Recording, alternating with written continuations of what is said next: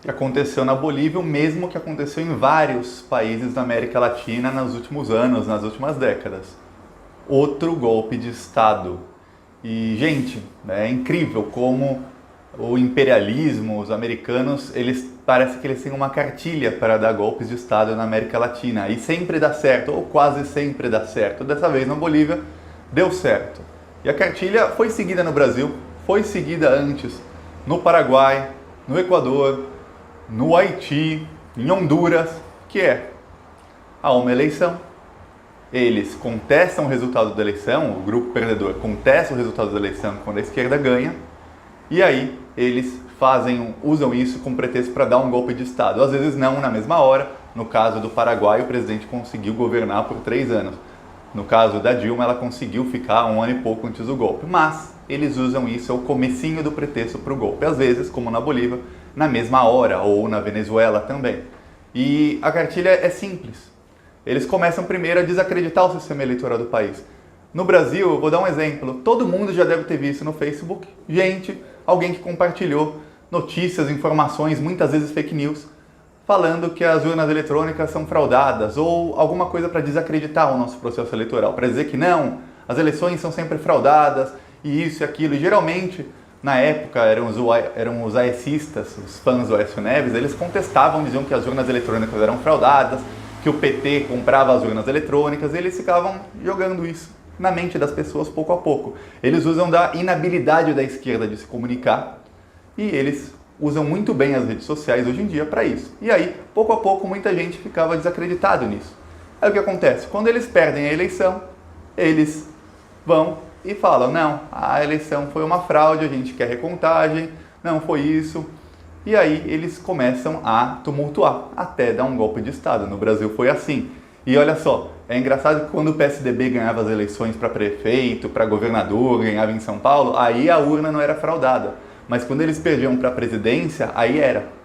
E é incrível, quando alguém da direita ganhava, seja no Nordeste, no Sul, no Sudeste, ok. Mas quando perdia, aí voltava aquilo de que as urnas eram fraudadas e tudo mais. E a esquerda não sabia se comunicar, e a esquerda não reagia contra isso. E décadas atrás, a direita, eles usavam a mídia para conseguir apoio, porque sempre esses golpes têm apoio de parte da população, geralmente da elite e da classe média. E como é que eles usavam? Eles usavam a mídia. Eles compravam a mídia é capitalista, a mídia vive de anúncios, a mídia precisa de dinheiro, precisa lucrar, então eles compravam seja com anúncios mais caros, ou seja com propina, ou de qualquer outra maneira. E a mídia sempre apoiava os golpes, é só ver que a Globo apoiou o golpe de 64, toda a mídia apoiou o golpe de 64 no Brasil e no resto da América Latina também, sempre com apoio da mídia. E aí, isso fazia com que parte da população apoiasse os golpes. Agora que tem as redes sociais, eles não precisam mais tanto da mídia. Eles aprenderam a usar as redes sociais e a esquerda não aprendeu. Então eles conseguem, pouco a pouco, fomentar esse sentimento golpista em boa parte da população, e no Brasil boa parte da população apoiou o golpe. Muitos hoje admitem que estavam errados, mas na época eles apoiaram. E aí, na hora que eles vão dar o golpe, eles têm algum apoio e isso legitima o golpe, porque temos apoio popular, então vamos lá. Se a esquerda não aprender a se comunicar agora com as redes sociais, a esquerda está ferrada, porque as redes sociais fazem até com que gente que não é classe média, gente que é muito humilde, apoie os golpes. E na Venezuela foi assim. Primeiro, eles diziam que a eleição foi fraudada e convocam protestos, e aí os protestos são sempre financiados pelos americanos, sempre são protestos espontâneos, mas muito bem organizados, muito bem financiados, sempre tem muita violência. O que isso faz? O presidente que ganhou a eleição começa a cair sua popularidade. Se ele convoca novas eleições, ele fatalmente vai perder. No caso do Evo Morales, a discussão não era se ele ganhou ou se ele não ganhou a eleição. Ele ganhou a eleição. Era se ele ganhou por 9,9% de diferença, o que faria com que teria um segundo turno. Um segundo turno que com certeza ele ganharia, não havia dúvida nenhuma de que o Evo Morales seria eleito no segundo turno, caso houvesse, ou se ele ganhou por 10%, o que não teria segundo turno. Era só isso, por esse 0,1%, se teria ou não segundo turno, mas que o Evo Morales teve no primeiro turno quase 50% dos votos, isso teve. A lei lá é assim, se ele tivesse mais de 10% na frente do segundo colocado, primeiro turno acabou. Se não, tem o segundo turno. Não é igual aqui no Brasil que um candidato precisa de 50% mais um. Não, lá era assim. Então ele ganhou a eleição. Era só essa a dúvida. E aí eles começaram a protestar. Eles usam parte do apoio da mídia. A mídia brasileira, eu vi a cobertura na Globo, na Record. A Record anda mais golpista até que a Globo. A mídia brasileira em nenhum momento fala isso. Em nenhum momento eles falam, oh, mas o Evo ganhou a eleição. A dúvida é se foi por 9,9% ou por 10 ou por 10,01%. Essa é a única dúvida, que ele ganhou.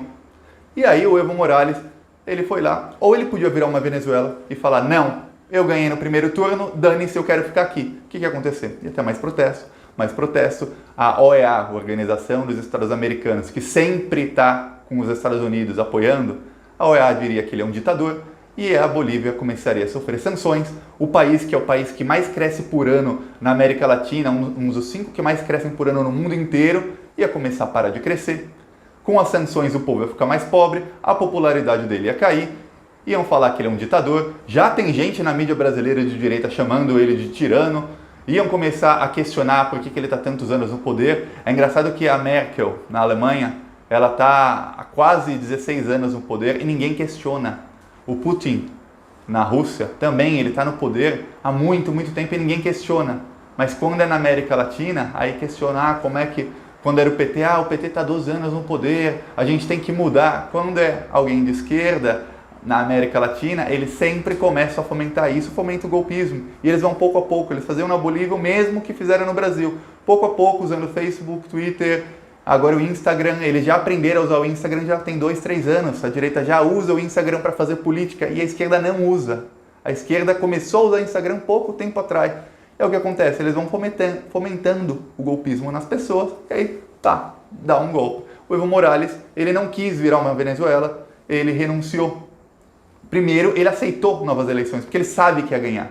Ele ia ganhar fácil o segundo turno, ele sabe que mesmo depois dos protestos ele ganharia, não tão fácil, mas com certeza ele ganharia. E aí o que aconteceu? O exército não esperava isso dele, não esperava. O exército quis prendê-lo e quis a renúncia dele, e aí ele renunciou. E aí fizeram uma coisa horrível, espancaram uma prefeita lá que é de esquerda, lá da Bolívia, arrastaram ela pela cidade, cortaram o cabelo dela, pintaram ela de vermelho, sempre mascarados, sempre covardes, sempre dizendo que iam decapitá-la, que iam matá-la, fora a tortura psicológica dela ali, sendo refém de um monte de homem de classe média alta. E é horrível, é um golpe de Estado que está acontecendo na Bolívia. E a gente vê, gente, no Brasil, tinha uma procuradora da Lava Jato, safada, que ela estava canalha, que ela comemorou o golpe da Bolívia e falou, a diferença na Bolívia é que o exército apoiou, estava feliz. Ela apareceu também na Vaza Jato tempos atrás, é canalha mesmo, da pior espécie, gente que devia estar enjaulada. Teve gente no PSL, gente, amiguinhos do Bolsonaro, que também estão a favor do golpe de Estado. Por quê? Porque eles querem a direita no poder, o entreguismo, para os Estados Unidos roubarem tudo o que nós temos. Em Honduras tivemos um golpe bem parecido em 2009. No Equador, também o ex-presidente do Equador de esquerda está exilado, ele não está mais no Equador porque ele seria preso. E aí, ele não é igual ao Lula. O Lula ficou e foi preso. Ele saiu para não ser preso. Teve golpe no Paraguai, também o golpe no Paraguai foi um golpe parlamentar parecido com o do Brasil, com uma diferença. Primeiro eles começaram a fomentar o golpismo nas pessoas e depois eles deram um golpe de Estado em menos de 24 horas. O parlamento votou a deposição do presidente em menos de 24 horas. Foi um processo relâmpago. Então, eles dão os golpes. Depois dos golpes, eles começam a promover o quê? As reformas. A mídia comprada, mídia no Brasil comprada, Folha, Estadão, Globo, Record, SBT, comprados. Eles vendidos. Eles começam a falar, agora nós precisamos de uma reforma trabalhista para gerar emprego. E aí tem a reforma trabalhista porque a direita golpista quer a reforma e começa a convencer o pessoal de que é isso que precisa o país. E aí depois a reforma trabalhista, é claro, não gera emprego nenhum. A reforma trabalhista no Brasil foi sancionada 2 anos atrás, hoje faz 2 anos, não gerou nenhum emprego. Quando começa a não gerar emprego, ou logo depois que a reforma é aprovada, antes dos resultados não virem, eles já falam, não, mas a gente precisa da próxima reforma, porque aí sim vai ter investimento no país. Agora a reforma da Previdência, vocês não vão se aposentar, mas é por uma boa causa. Isso vai gerar empregos. E o povo esquece, mas não era a reforma trabalhista que ia gerar empregos? Não, vamos tirar a aposentadoria. E tiram a aposentadoria. Alguém viu o Rodrigo Maia, o Bolsonaro dizerem, tem gente investindo aqui no Brasil depois da reforma da Previdência ser aprovada? Não, porque ninguém investiu no Brasil. Quem que vai investir num país em que o povo está cada vez mais pobre? Ninguém. E aí o que acontece? A próxima reforma, que é a reforma administrativa, agora a gente vai ferrar os funcionários públicos, que o Brasil tem muito funcionarismo público. Eu tenho um amigo que ele é gado, bolsominion, que ele vivia repetindo que o Lula só diminuiu o desemprego porque tinha muito funcionário público no Brasil e que o Brasil é o país da mamata. Aí uma vez eu mostrei para ele um ranking que o Brasil tem menos funcionários públicos por habitante que todos os países da União Europeia, quase todos, mas muito menos do que a média da União Europeia, tem menos do que nos Estados Unidos, menos que no Canadá, menos que no Japão, menos que em quase todos os países desenvolvidos do mundo. E aí ele ficou assim, não, esse ranking está errado. E aí ele tentou achar um ranking que mostrava que ele estava certo. E essa conversa tem uns 2 anos, eu já o cobrei várias vezes, ele está até hoje tentando achar um ranking que mostra que o Brasil tem muito funcionário público, que tem muita mamata. Por quê? Ele nunca vai achar, porque é mentira, porque é fake news. Não tem. Mas aí eles vão agora acabar com o funcionalismo público. Aí depois vem a reforma tributária, porque é claro que acabar com o funcionalismo público não vai gerar emprego nenhum, não vai gerar investimento nenhum. As companhias norte-americanas, europeias, enfim, estrangeiras não vão falar, agora que não tem mais funcionário público, agora que ninguém mais se aposenta, agora que não tem mais dinheiro, não tem mais direito trabalhista, eu vou investir pesado no Brasil. Não, ninguém fez isso. Até hoje eles não vão fazer. E aí o que acontece? Vem a próxima, que é a reforma tributária, e aí eles roubam tudo de nós. Enquanto isso, eles roubam nosso petróleo, eles vão roubar todo o gás natural que tem na Bolívia, eles estão tentando colocar as mãos no petróleo da Venezuela, mas o Maduro não deixa, ele não vai largar a mão de jeito nenhum, mesmo com a Venezuela toda acabada, mas o que eles querem é o petróleo. A direita chega lá, entrega o petróleo completamente de graça, promove reformas. Claro que vai melhorar porque as sanções econômicas vão sair. Se tira as sanções econômicas da Venezuela hoje, todas as sanções, derruba todas. A Venezuela volta aos trilhos em menos de um ano e meio. Mas não, eles vão esperar a direita ganhar, tirar as sanções e falar, tá vendo como a direita salvou o país? Porque, realmente, pior do que tá, é muito difícil de ficar. Tirando as sanções econômicas, é claro que vai melhorar, mas vai melhorar, eles não vão mais ter o petróleo. E o imperialismo continua usando da inabilidade da esquerda de se comunicar com o povo, com todas as massas, principalmente com a classe média e a classe média alta. A esquerda não sabe se comunicar com eles. E agora, com as redes sociais, a direita aprendeu a usar as redes sociais para fomentar o golpismo nas pessoas e a esquerda não aprendeu a falar contra isso. Eu estou aqui todos os dias denunciando isso e falando, ou a esquerda aprende a se comunicar, ou a esquerda vai se ferrar. E vocês acreditam que o canal já tem mais de 100 mil pessoas? Eu nunca fui contactado por ninguém da esquerda, liderança, para falar, Thiago, você tem alguma ideia sobre isso? Não.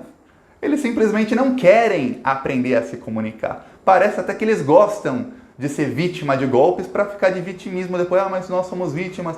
Gente, o mundo é assim, tem um opressor e tem um oprimido. Se a esquerda ficar sendo oprimida sempre, a gente só vai se ferrar. É bom a gente começar a oprimir a direita e falar, não, o certo é isso. E aí eles não dão mais golpe na gente, porque senão, o que vai acontecer no Brasil daqui a pouco? Vai ter outro golpe. A esquerda não sabe se comunicar. Não adianta você ganhar eleição. Não adianta você ter projeto de país. A esquerda tem projeto. Não adianta você fazer um bom governo. Não adianta tirar as pessoas da miséria, elevar os pobres para a classe média para a classe média alta e assim por diante. Porque a direita sabe fomentar o golpismo e vai ter um golpe em algum momento, porque eles querem sugar tudo que nós temos. Eles querem sugar o povo. A América Latina é o quintal dos norte-americanos. Eles querem o quê? Mão de obra barata, muito barata, plantações, carne, frigoríficos, frango, para a gente ter plantações do agronegócio e produzir também muita carne, muito frango, muitos insumos para eles, a preço de banana. Gente, quanto mais desemprego, melhor, porque os salários são menores, a produção fica mais barata. Eles não pagam impostos nem na exportação, ou pagam um pouquinho, porque sempre tem uma isenção de imposto. O Bolsonaro deu quanta isenção de imposto pro agronegócio. E aí o que acontece? É bom para eles, eles importam tudo lá baratinho e a gente que se dane. É isso, gente. Compartilhe o vídeo, é muito, muito importante. Falou!